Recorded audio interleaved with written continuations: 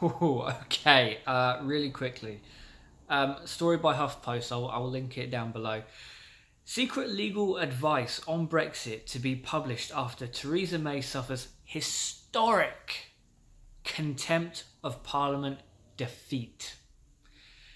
Now, again, I'll leave this linked down below, but I'll read just a little bit.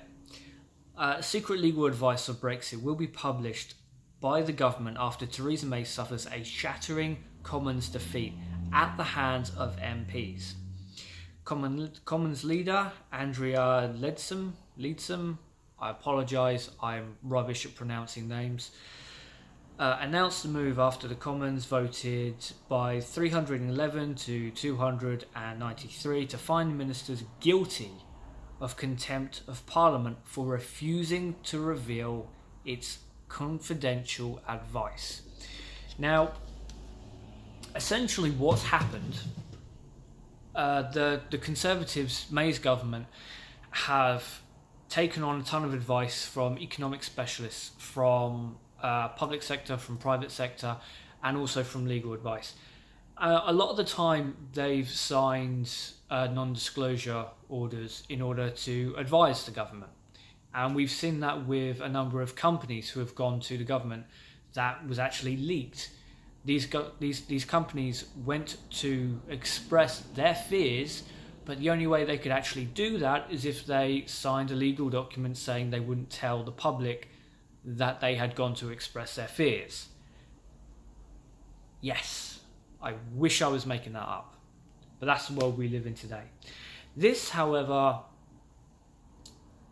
this is more damning than anything else, because this isn't just economic specialists. This isn't just public sector and private sector, which is damning enough.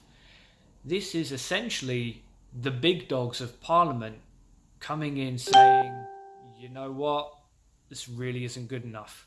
You sort out this legal advice and you're withholding this. We need to know what they said.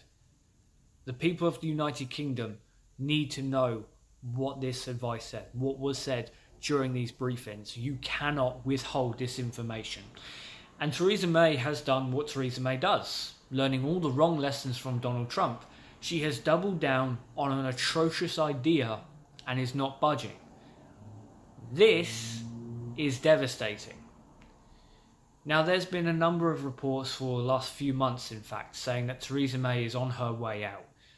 I don't think it's going to come from her. I think she will definitely be forced out, but whether it happens before March or after April, that remains to be seen. But this doesn't bode well.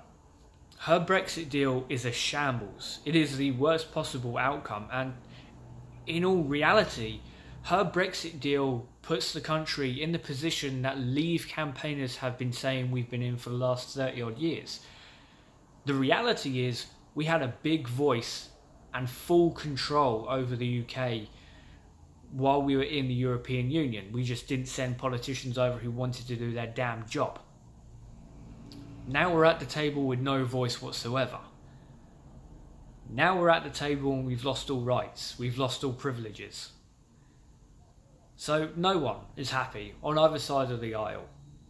But this, I mean, it takes a lot to be found in contempt of Parliament, and for May's government to be found in such a way, that's not something that should be glossed over. That's not something that should just be taken in stride. Theresa May really needs to think about if she actually wants to carry on as Prime Minister. Personally, I think at this point, we need a general election, because there is not a single person I have confidence in when it comes to the Conservative Party, whether it's my local MP or whether it's the top ministers in the cabinet.